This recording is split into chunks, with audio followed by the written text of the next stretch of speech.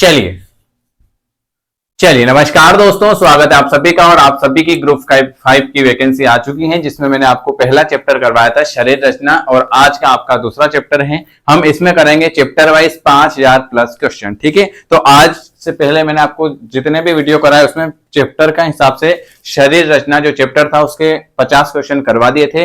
आज हम करेंगे इससे आगे वाले क्वेश्चन। तो जो नया है चैनल को सब्सक्राइब कर दीजिएगा, बेल आइकन को प्रेस कर दीजिएगा, और जिनको डेली की क्लासें नहीं मिलती हैं वो व्हाट्सएप पर मैसेज कर दीजिएगा। ठीक है, कि सर हमें ग्रुप 5 की क्लासें नहीं मिल रही, आप मुझे इस नंबर पर डेली की फ्री क्लास के लिए मैसेज कर सकते हो। 9753749986 पर आप व्हाट्सएप कर सकते हैं ग्रुप 5। और आपके लिए 99 रुपए में प्रैक्टिस सेट भी अवेलेबल है। ठीक है, जिसमें आपको मिलेंगे old paper plus 10 full length practice set. इसका जो चार्ज है, इसका चार्ज है मात्र 99 रुपए। तो आप चाहें तो इसे भी परचेस कर सकते हैं, जिसमें आपको 10 सिलेबस के हिसाब से फुल लेंथ प्रैक्टिस सेट और जितने भी ओल्ड पेपर हैं सबकी पीडीएफ आपको तुरंत व्हाट्सएप पर मिल जाएगी। तो आप चाहें तो इस नंबर पर व्हाट्सएप कर सकते हैं। चलिए, पहला क्वेश्चन आपके सामने लिखा हुआ है, ये लीजिए। राइट कॉमन कैरोटिड धमनी से उत्पन्न होती है। राइट कॉमन कैरोटिड कौन सी धमनी से उत्पन्न होती है, बताइए। पहला क्वेश्चन आपके सामने। राइट कॉमन कैरोटिड जो होती हैं वो बेक्रोसेप लवक धमनी से किससे होती हैं? राइट कॉमन कैरोटिड धमनी जो है वो उत्पन्न होती है बेकोयोसेफ लक धमनी से। ऑप्शन आपका सी वाला आ जाएगा। चलिए अगला क्वेश्चन पर चलते हैं। अगला क्वेश्चन आपके सामने क्या लिखा हुआ है? अगला क्वेश्चन आपके सामने ये रहा। चलिए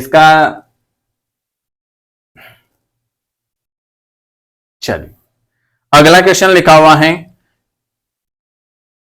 अरे पीआर अंतराल का चित्र तो आया ही नहीं।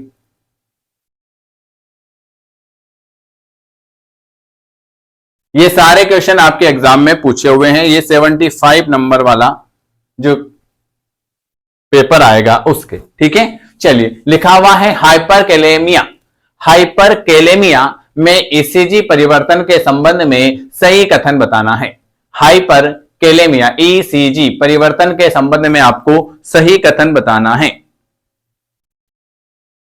तो इसका जो सही कथन हो जाएगा ऑप्शन आपका बी वाला, कि फ्लैट पी जो होता है हाइपरकैलेमिया में ईसीजी परिवर्तन के संबंध में जो सही कथन होता है क्या होता है? ऑप्शन आपका बी। क्या होता है कि फ्लैट पी तरंग लंबी अवधि तक पीआर अंतराल और चौड़ा जो होता है ओआरसी जटिल तथा लंबा होता है टी तरंग। ऑप्शन बी वाला आ जाएगा।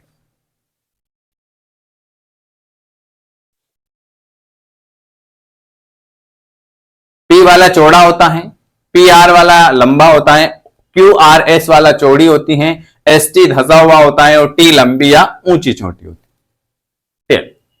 अगला क्वेश्चन, ये तो आप सभी को पता है कि एक वयस्क मानव शरीर में कितने लीटर रक्त मौजूद होता है। ये तो आप सभी को पता होना चाहिए। Very very good. कितना लीटर दूध होता है एक वयस्क मानव शरीर में? 7 से 8 लीटर। क्या 7 से 8 लीटर होता है क्या? नहीं, 4.5 से 6 लीटर लगभग। एक वयस्क मानव शरीर में कितने लीटर रक्त होता है? 4.5 से 6 लीटर लगभग। ऑप्शन आपका डी वाला आ जाएगा। ये देख लेते हैं, इसका नीचे लिखा होगा एक वयस्क मनुष्य के शरीर में औसतन 4.5 से 5.5 लीटर रक्त पाया जाता है। स्त्रियों में पुरुषों की अपेक्षा 20 से 25 रुधिर कम पाया जाता है। रुधिर तरल संयोजी उत्तक है। इसका लाल रंग इसकी उपस्थिति हीमोग्लोबिन वर्णक के कारण होता है। रुधिर 2 अवयव प्लाज्मा और रुधिर कणिकाओं से मिलकर बना होता है। रुधिर का लगभग 55% भाग प्लाज्मा और 45% भाग रुधिर कणों से मिलकर बनता है। ये तो आप सभी को पता है।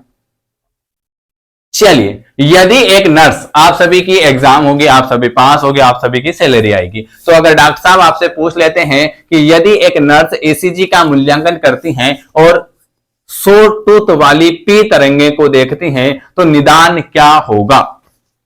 यदि एक नर्स ईसीजी का मूल्यांकन करती है और 100 टूथ वाली पी तरंगों को देखती हैं तो इसका निदान क्या हो जाएगा, बताइए।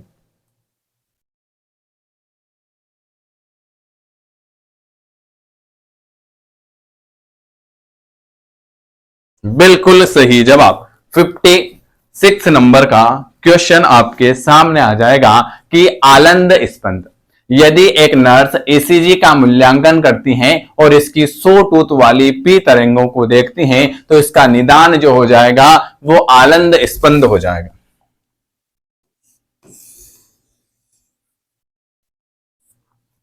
चलिए अगला क्वेश्चन ये लीजिए आपके सामने। अगला क्वेश्चन आपके सामने ये लिखा हुआ है, जब उच्च रक्तचाप के कारण अज्ञात होते हैं तो इसे आप क्या कहा जाता है? जब उच्च रक्तचाप के कारण अज्ञात होते हैं तो इसे आप क्या कहते हो? ये आपके एमपीसीएचओ में पूछा हुआ क्वेश्चन है। जब उच्च रक्तचाप के कारण अज्ञात होते हैं तो इसे हम कहते हैं प्राथमिक उच्च रक्तचाप। कौन सा रक्तचाप कहेंगे? प्राथमिक उच्च रक्तचाप, ए वाला आ जाएगा। चलिए अगला लीजिए, ये लीजिए, जीवन शैली जिसमें हृदय धमनी रोग व कसक्त होने का अधिकतम, एक मिनट, जीवन शैली जिसमें हृदय धमनी रोग विकसित होने का अधिकतम जोखिम होता है, रोग अधिकतम विकसित होने का जोखिम रहता है, उसे आप क्या कहोगे? बताइए। 58।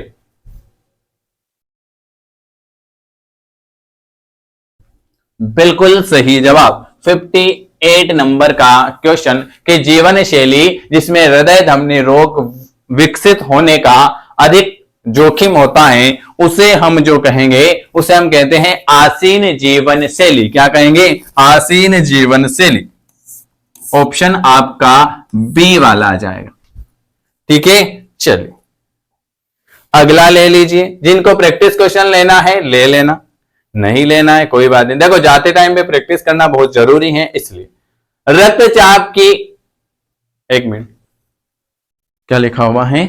रक्तचाप की नियमित निगरानी रोकथाम के लिए किस स्तर के अंतर्गत कार्य किया जाता है? रक्तचाप की नियमित निगरानी रोकथाम के लिए किस स्तर के अंतर्गत आता है? मौलिक, माध्यमिक, मुख्य या तृतीय? मौलिक, मुख्य, माध्यमिक, तृतीय?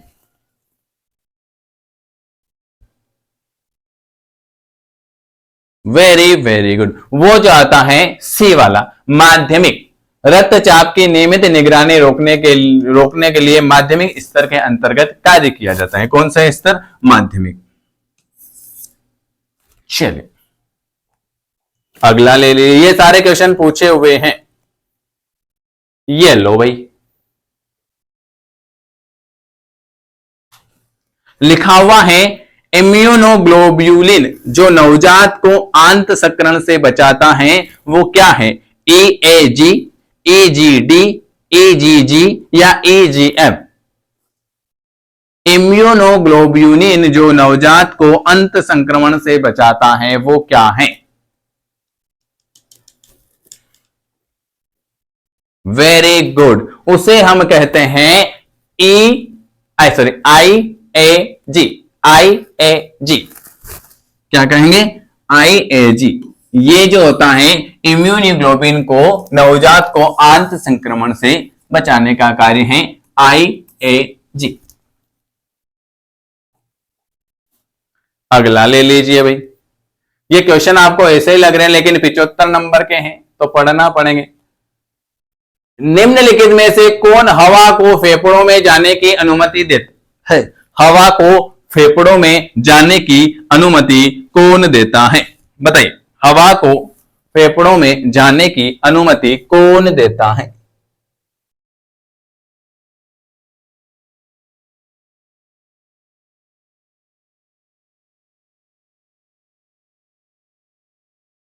Very very good. 61 नंबर का क्वेश्चन आपके सामने ये रहा, ऑप्शन डी वाला आ जाएगा, श्वास नली। हवा को फेफड़ों में जाने की अनुमति जो है वो श्वास नली देगी, ऑप्शन डी वाला आ जाएगा। चलिए लास्ट क्वेश्चन करेंगे आज। जब एक शरीर में उत्पन्न प्रतिरक्षी को रोग से बचाव के लिए दूसरे शरीर में स्थानांतरित किया जाता है तो इसे आप क्या कहते हो?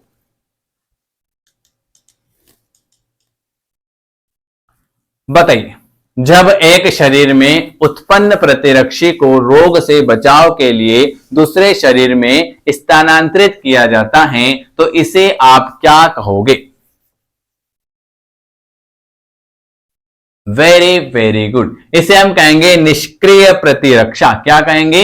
निष्क्रिय प्रतिरक्षा। ऑप्शन आपका सी वाला। ये आज मैंने आपको 10 क्वेश्चन करवाए हैं। अगर वीडियो पसंद आता है तो लाइक करना है, शेयर करना है, और अगर डेली की फ्री क्लास में जुड़ना है तो इस नंबर पर व्हाट्सअप कर सकते हैं। आपकी डेली क्लास रहेगी 8:30 बजे, लाइव क्लास रहेगी। और कोई भी समस्या आ रही है तो आप जरूर पूछ लीजिएगा, और जिनको प्रैक्टिस क्वेश्चन लेना है वो ले लीजिएगा। 99 रुपए में 10 सेट प्लस ओल्ड पेपर। आपकी 15 फरवरी को आपकी एग्जाम है ग्रुप 5 की। वीडियो देखने के लिए आप सभी का बहुत बहुत धन्यवाद।